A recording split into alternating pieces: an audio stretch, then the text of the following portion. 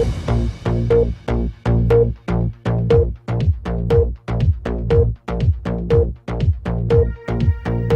afternoon, I'm Jennifer Charlebois. Today on Concordia News, Montrealers are rallying for safer passageways across the city's railway lines. Plus, construction in and around the island is inconveniencing more than just motorists. But first, our top story.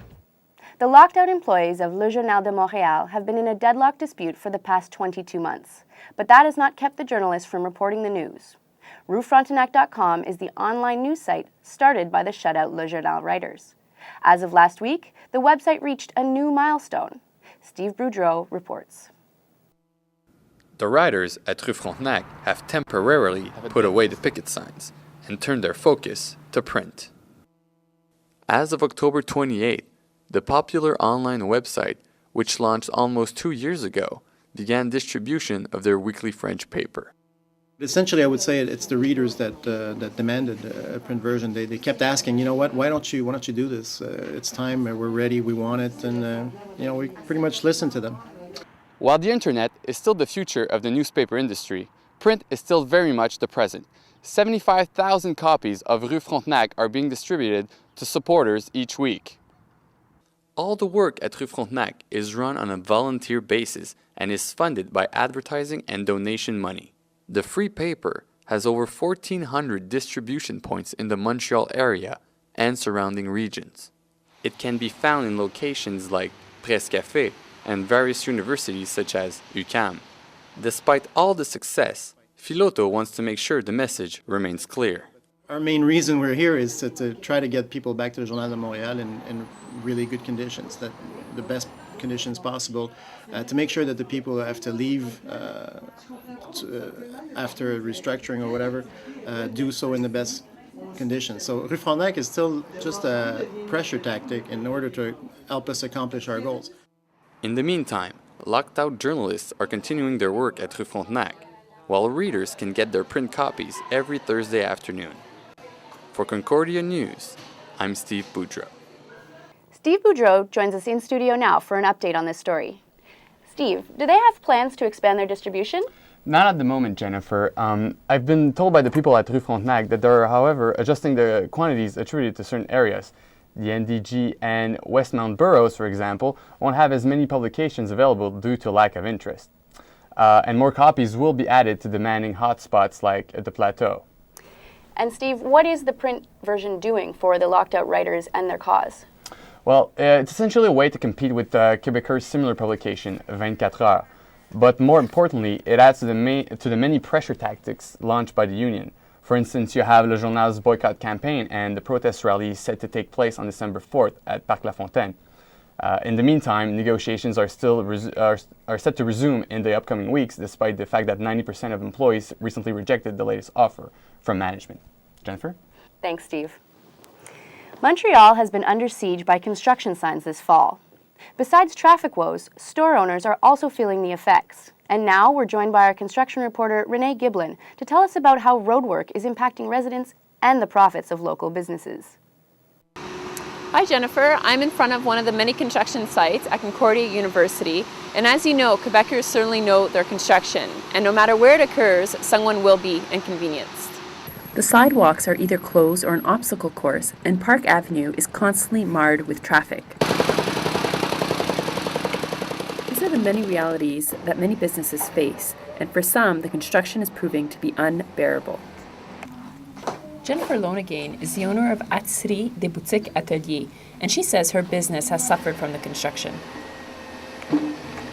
Construction is already producing a 25% vacancy rate, and the numbers are expected to rise, since the City of Montreal plans to upgrade the underground electrical system and the sewer system.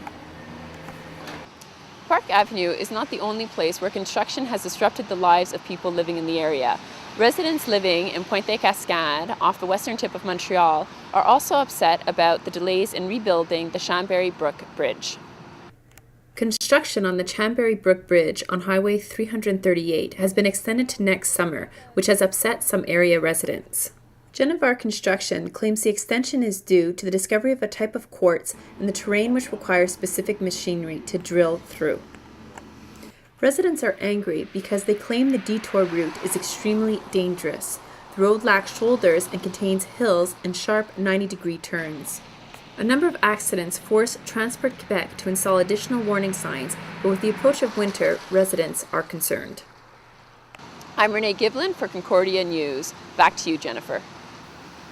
Thanks, Renee. Earlier this month, 3 young men were killed after being struck by a Montreal-bound passenger train just below the Turcotte interchange. Despite the dangers of railway traffic accidents, many Montrealers still cross tracks regularly and illegally. But now, some residents are voicing their frustrations over the lack of safe, designated pedestrian-level crossings. Yancy Ortiz filed this report.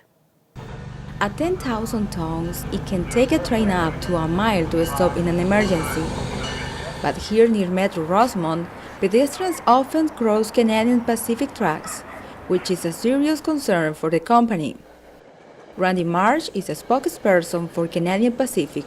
Quebecers continue to get killed on railway property, and this year alone there have been 12 trespasser incidents in Quebec, resulting in 7 fatalities and 5 serious injuries.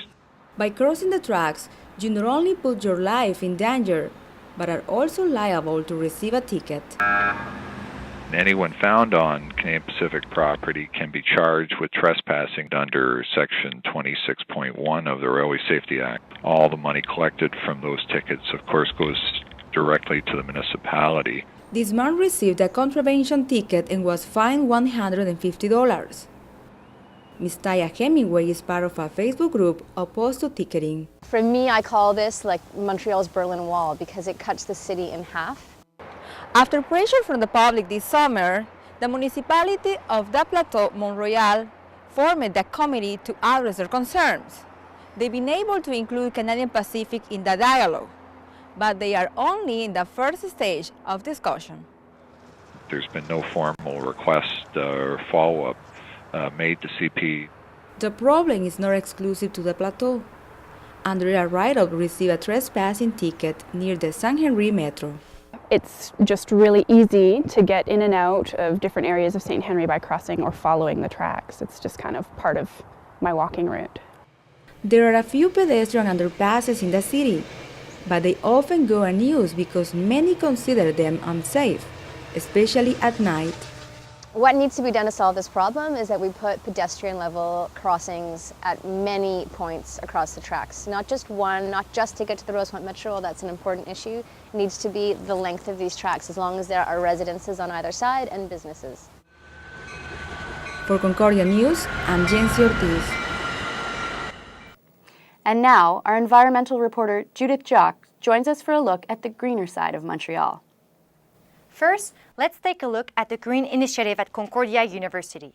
The coming of winter doesn't have to mean the end of urban agriculture. At Concordia University, its greenhouse makes it possible to grow food all year round in the city. On the 13th floor of Concordia's Hall building lives a green oasis, Concordia's greenhouse. This initiative is one step in the process of introducing agriculture into urban landscapes. I think in the 50s we separate the city and the countryside, and we put the city only has a cultural space. And it's completely crazy because every humans, no matter where you are, you still need to eat. Urban agriculture at Concordia's greenhouse is a 3-step process. The first step is to compost waste to create a nutrient-rich soil. The second step is to grow fruits, vegetables, and herbs. The third step is to distribute the food to the people who need it the most. While most would agree that growing local food is definitely a green project, not all green initiatives are so black and white. Fur is green, not everyone's buying it. Have you seen billboards like these around Montreal? They're part of the Fur Council of Canada's new marketing campaign to get people to buy fur. This year, the council wants to sell you on something else: fur's greener qualities. Fur is really a renewable resource. It's a natural product. It's a great example of the sustainable use of wildlife, the sustainable use of renewable natural resources. In Montreal, animal rights group Global Action Network says the Fur Council's eco-friendly claim is nonsense. We need to tan it, and the tanning process is very, very toxic for the environment and for the people engaged in it. Ultimately, it's the consumer's choice. That marks the end of our environmental section. For Concordia News, I'm Judith Jacques. Back to you, Jennifer. Thanks, Judith. Nestled on one of the quieter streets of the Villeray neighborhood is La Maison d'Afrique Mandingo, or House of Africa. For those curious about the African continent, this is the place to go to learn about traditions and art. Laurent Robillard-Cardinal reports. At House of Africa, visitors are greeted with traditional African sounds. The center was founded in 2004. It gives Montrealers a taste of the African continent without leaving the city. It plays the role of hub for locals who are interested in increasing their knowledge about African culture and traditions. So Rajaona is the tourist coordinator for the center. We want to represent the continent for everybody. If you want to feel it, taste it, you're welcome here.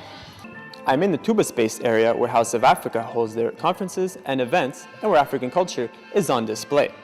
But there are a few more spaces within this house that illustrate the color of the African continent. Aquaba is the boutique where visitors can purchase jewelry, decorations, and fabrics imported from West Africa. Coris is the library cafe, where guests can immerse themselves in Black history and literature. Finally, Carissibile is the meeting space, which can be reserved for gatherings.